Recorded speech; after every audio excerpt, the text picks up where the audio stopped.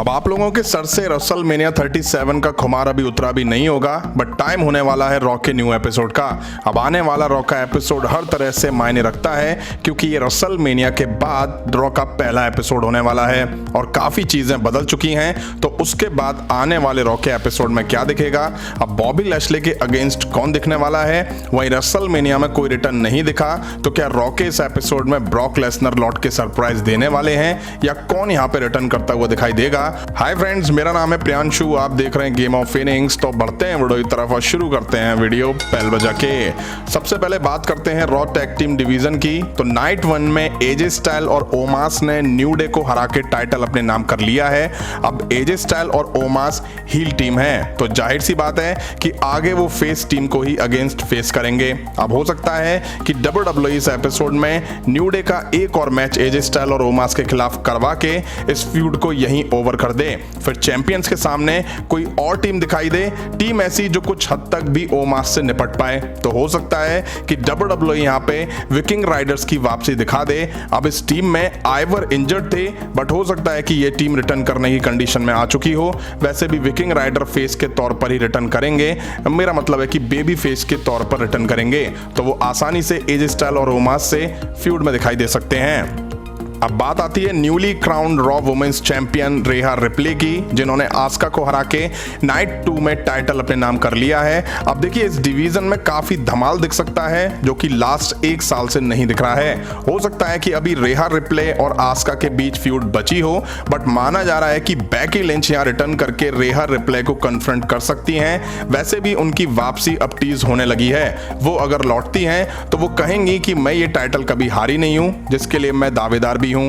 वहीं 10 अप्रैल को Becky Lynch ने एक अपनी जिम की फोटो भी पोस्ट करी है। वहीं पिछले कुछ टाइम में शार्लेट फ्लेयर के साथ जो कंट्रोवर्सी WWE में दिखाई दी है, उसके बाद शार्लेट फ्लेयर इस एपिसोड में रिटर्न कर सकती हैं। वैसे भी रेहा और शार्लेट के बीच काफी कुछ अनफिनिश रहा है। अब देखना होगा कि WWE रेहा रिप्ले को कब तक चैंपियन बनाए रखती है। अब जैसे हालात मुझे लग रहे हैं, उसके बाद लगता है कि वो जल्दी शार्लेट फ्लेयर के खिलाफ अपना टाइटल कहीं गंवा ना दें।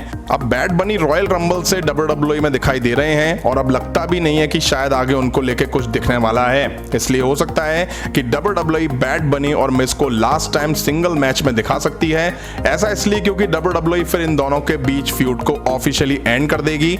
अब इस तरह का मैच दिखता है तो जीत यहाँ बैड बनी की होगी, और हो सकता है कि जीत के बाद बैड बनी मिस मॉरिसन से हैंडशेक करें और उन्हें हग वगैरह करते हुए उनको रेस्पेक्ट दें। अब रेसलमेनिया से पहले हमें NXT वुमेन्स डिवीजन से रेहा रिप्ले मेन रोस्टर में आती दिखाई दे चुकी हैं। वहीं रेसलमेनिया के बाद NXT के कुछ और भी सुपरस्टार मेन रोस्टर में दिखाई दे सकते हैं। अब ये शायद 1 या 2 ही होंगे। अब देखते हैं, अगर ऐसा दिखता है तो वो कौन से सुपरस्टार होंगे।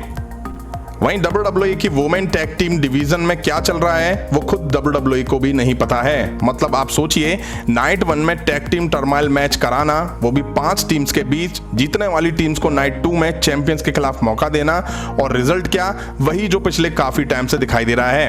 अब आपको बता दूं, नाया जैक्स और शाइना बैजलर अगस्त 2020 पेबैक में चैंपियन बनी थी। उसके बाद दिसंबर 2020 में ये टाइटल हारी और कुछ टाइम बाद फिर से इन पे टाइटल वापस आ गया, और तब से टाइटल इन पे ही है। समझ नहीं आता, WWE में वुमेन्स टीम तो काफी सारी हैं, उनको मौका क्यों नहीं मिल रहा। तमीना और नटालिया ने अच्छा परफॉर्म करा। अब हो सकता है कि इस एपिसोड में कुछ बड़ा दिखे और नाया जैक्स और शाइना बैजलर टाइटल मैच में अपना टाइटल गंवा दें रॉ की किसी टीम के खिलाफ। जैसा कि सेड्रिक अलेक्जेंडर और शेल्टन बेंजामिन हर्ट बिजनेस से निकल चुके हैं, जिसके बाद ये दोनों बॉबी लैशले के खिलाफ दिखाई दिए थे। वहीं हो सकता है कि WWE जल्दी सेड्रिक अलेक्जेंडर और शेल्टन बेंजामिन को भी अलग कर दे। वैसे भी कुछ टाइम पहले हर्ट बिजनेस में रहते हुए इन दोनों के बीच टेंशन दिखाई दी थी। हालांकि WWE ने उस टाइम उस आइडिया को ड्रॉप कर दिया, बट हो सकता है कि WWE उस चीज को दोबारा दिखा के इन दोनों को अलग कर दे और सिंगल इन दोनों को आगे बढ़ाए। अब सिंगल अगर ये होते हैं तो ये देखना होगा कि इन्हें पुश मिलता है या नहीं, या ये शो पर भी दिखाई देते हैं या नहीं। वहीं शेमस ने रेसलमेनिया में मैट रिडल को हरा के यूनाइटेड स्टेट्स टाइटल अपने नाम कर लिया है। हालांकि मुझे लगता है अभी रिडल और शेमस के बीच आगे फ्यूड दिखेगी। वहीं इस फ्यूड में इनके साथ एक बड़ा सुपरस्टार ऐड हो सकता है, वो है कीथ ली। जैसा कि पिछले कुछ वीक से कीथ ली WWE में नहीं दिखाई दे रहे हैं, बट हो सकता है कि वो इस एपिसोड में अपना रिटर्न करते हुए दिखाई दे जाएं। उनको कुछ हेल्थ इशू थे, इस वजह से वो बाहर चल रहे थे। अब रूमर्स ऐसे आ रहे हैं कि वो रिटर्न को लेकर के क्लियर हो चुके हैं। अब वो लौटते हैं तो देखना होगा कि वो वहीं से शुरू करते हैं जहां छोड़ के गए थे। मेरा मतलब यूनाइटेड स्टेट्स टाइटल पिक्चर से है, और अगर वो वापसी करते हैं और टाइटल पिक्चर में दिखाई देते हैं तो इसका मतलब आने वाले टाइम में यूनाइटेड स्टेट्स टाइटल पिक्चर में शेमस, मैट रिडल और कीथ ली तीनों के बीच हमें फ्यूड देखने को मिल सकती है। अब रेसलमेनिया से पहले फिंड की वापसी दिखी, जो कि डिफरेंट लुक में दिखाई दिए थे। वहीं रेसलमेनिया में रैंडी ऑर्टन के खिलाफ मैच में फिंड ओल्ड लुक में दिखाई दिए, जहां टीएलसी के बाद फिर से रैंडी ऑर्टन की जीत फिंड के खिलाफ देखने को मिल चुकी है। वहीं फिंड की हार का कारण अलेक्सा ब्लिस ही बनी थी। अब फिंड को लेके चल क्या रहा है समझ नहीं आ रहा, इसलिए आने वाले इस एपिसोड में हो सकता है अलेक्सा ब्लिस अपने इस एक्शन को एक्सप्लेन कर सकती हैं और बता सकती हैं कि क्यों फिंड उन्हें देख करके डिस्ट्रैक्ट हुए और क्यों फिंड उनकी वजह से हार गए। हो सकता है कि अलेक्सा ब्लिस कहें कि वो अब फिंड की फॉलोअर नहीं रही हैं, या वो कह सकती हैं कि ये फिंड इम्पोस्टर था, मतलब कि नकली था, मतलब असली वो है जो न्यू आउटफिट में दिखाई दिया था, वही रियल फिंड है। अब पहले भी हम WWE में सेम कैरेक्टर के बीच मैचेस देख चुके हैं, तो क्या WWE फिंड वर्सेस फिंड के मैच की तरफ बढ़ रही है? अब ओल्ड फिंड और न्यू फिंड जब भी अकेले दिखाई देंगे तो उसमें ब्रे व्हाइट ही होंगे, बट दोनों जब आमने सामने होंगे तो हो सकता है उसमें से किसी एक के अंदर नकली फिंड हो और जो उनकी जैसी स्टाइल में फाइट करे।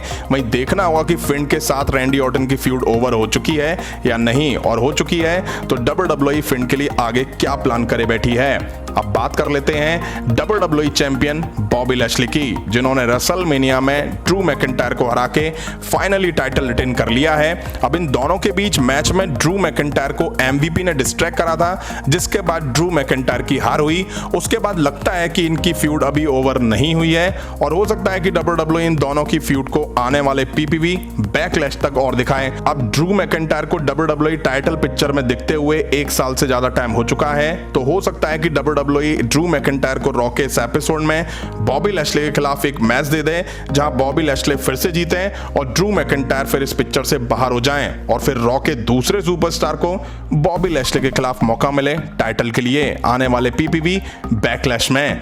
वहीं इस एपिसोड का बड़ा सरप्राइज ये हो सकता है कि ब्रॉक लेसनर यहां दिख सकते हैं। अब जो रूमर्स आ रहे हैं उसको ही मैं कवर कर रहा हूं। 11 अप्रैल 2021 को बॉबी लैशली ने ट्वीट करा, जिसमें उन्होंने लिखा, ऑलमाइटी को कोई नहीं रोक सकता। अगला कौन? इस ट्वीट से तो ऐसा लगता है कि वो किसी के साथ नई फ्यूड में दिखने वाले हैं। अब बॉबी लैशली पिछले कुछ महीनों में जिस तरह से दिखाई दिए हैं, उसके बाद उन्हें रोक पाना केवल और केवल ब्रॉक लेसनर के बस की बात है। पर देखा जाए तो इन दोनों का मैच इतना बड़ा होगा जो कि WWE बैकलैश और money in the bank PPV में नहीं करा सकती।